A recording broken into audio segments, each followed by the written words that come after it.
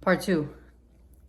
Just gonna have a bit more, because I got a package, but it stops here. I'll be the transitional character for my lineage, my family. Okay, it's not that I'm the only one working on myself. I don't think I am. There's a few others that I know that are working on themselves to do the same. So it's not like there's just one transitional character for the whole family. All right.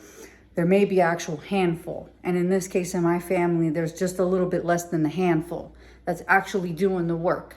All right. And the whole point is to not keep these toxic behaviors going. That's just the whole point. All right.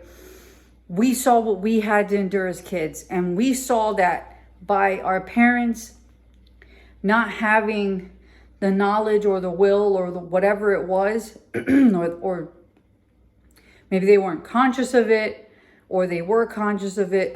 Whatever the case is, okay?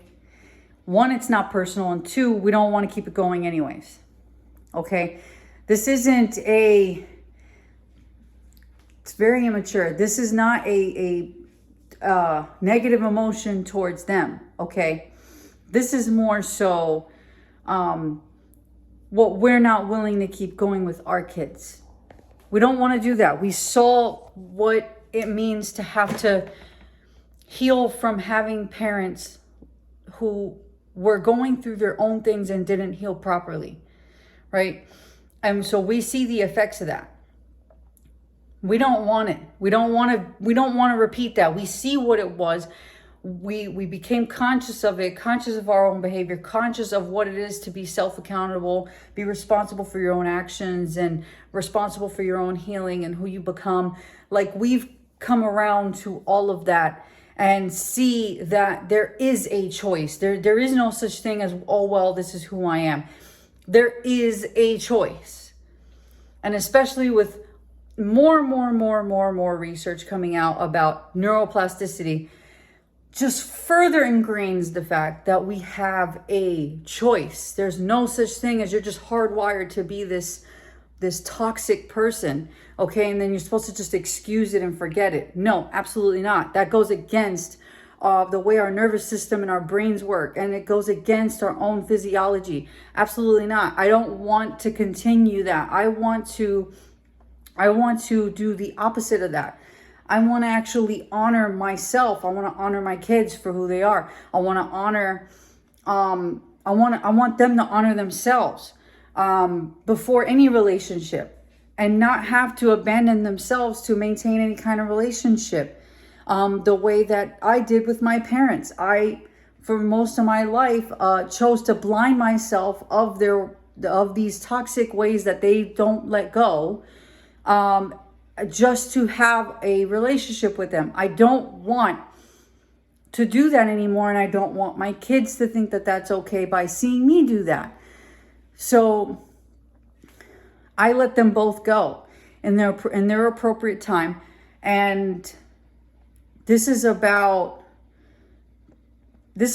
breaking that whole facade of, I'm the adult, you're the kid, you just got to listen to me, and your feelings are not valid.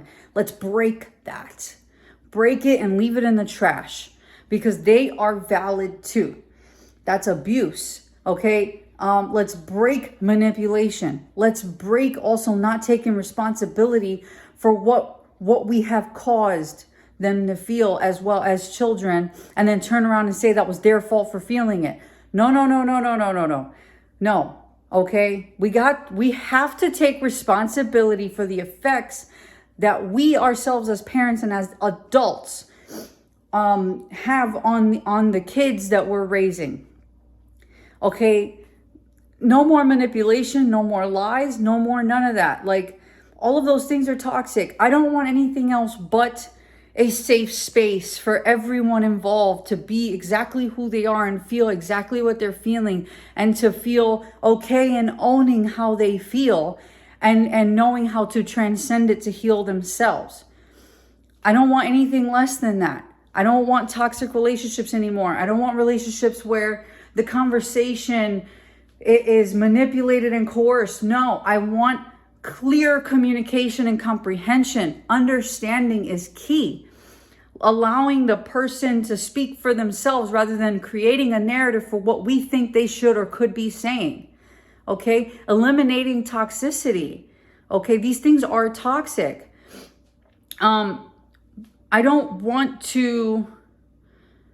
Okay, I'll name another one. Getting in, mom or whoever and child going at it for whatever reason.